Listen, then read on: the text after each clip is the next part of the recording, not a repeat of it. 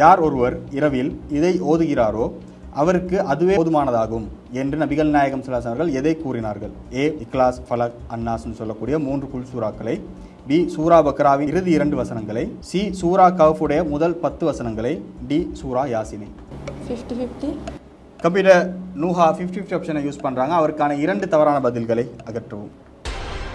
சூரா பக்ராவின் இறுதி 2 வசனங்கள். லாக் செய்யலாமா?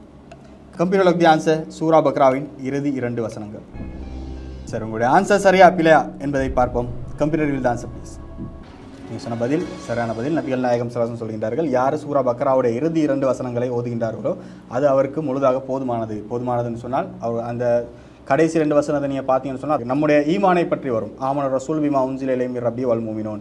இந்த நபியுடன் இருக்கக்கூடிய மூமின்களும் அல்லாஹ் அருளியதை நம்பினார்கள், அல்லாஹ்வுடைய வேதத்தை நம்பினதாக வருது, ஈமான் வருது. அதனால் அவர்கள் சொன்னார்கள், குல்லூன் ஆமன பில்லாஹி வ மலாயிகத்தி வ குதுபிஹி வ ரசூலிஹி லா நுஃபர்ரிகு பைன அஹதின் மின் ருசுலிஹி.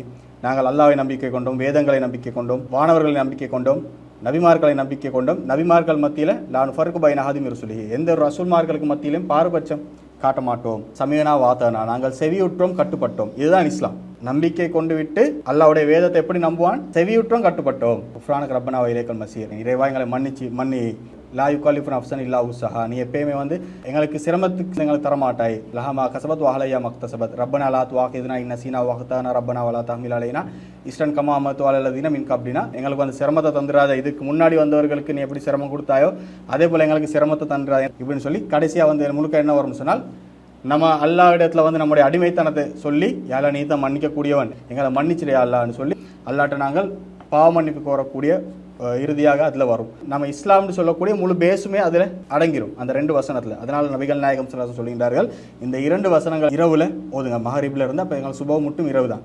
இந்த இரவில் ஓதிட்டீங்கன்னு சொன்னால் போதுமானது. இதை 2 வசனங்களை இரவில் தூங்குற நேரத்தில் அல்லாஹ் பிஸ்மில்லாஹி ரஹ்மானிர் ரஹீம் சொல்லி தந்திருக்கிறாங்க. அதுவும் குல் சூரா 3 ரசூலா ஓதி மேலில் தடவி கொள்வார்கள். அதேபோல் இன்னும் சில சூறாக துவாக்களை ரசூலா கற்று தந்திருக்கின்றார்கள். ஆயத்து குரிசி அதை ஓத சொல்லியிருக்கின்றார்கள். அதே போல் இந்த 2 வசனங்களையும் நாங்கள் இயலுமான அளவுக்கு மனனம் செய்ய வேண்டும். இல்லாட்டில் குர்ஆனை கையில் கீத்த வச்சுக்கொண்டு இந்த 2 வசனத்தை ஓத வேண்டும்.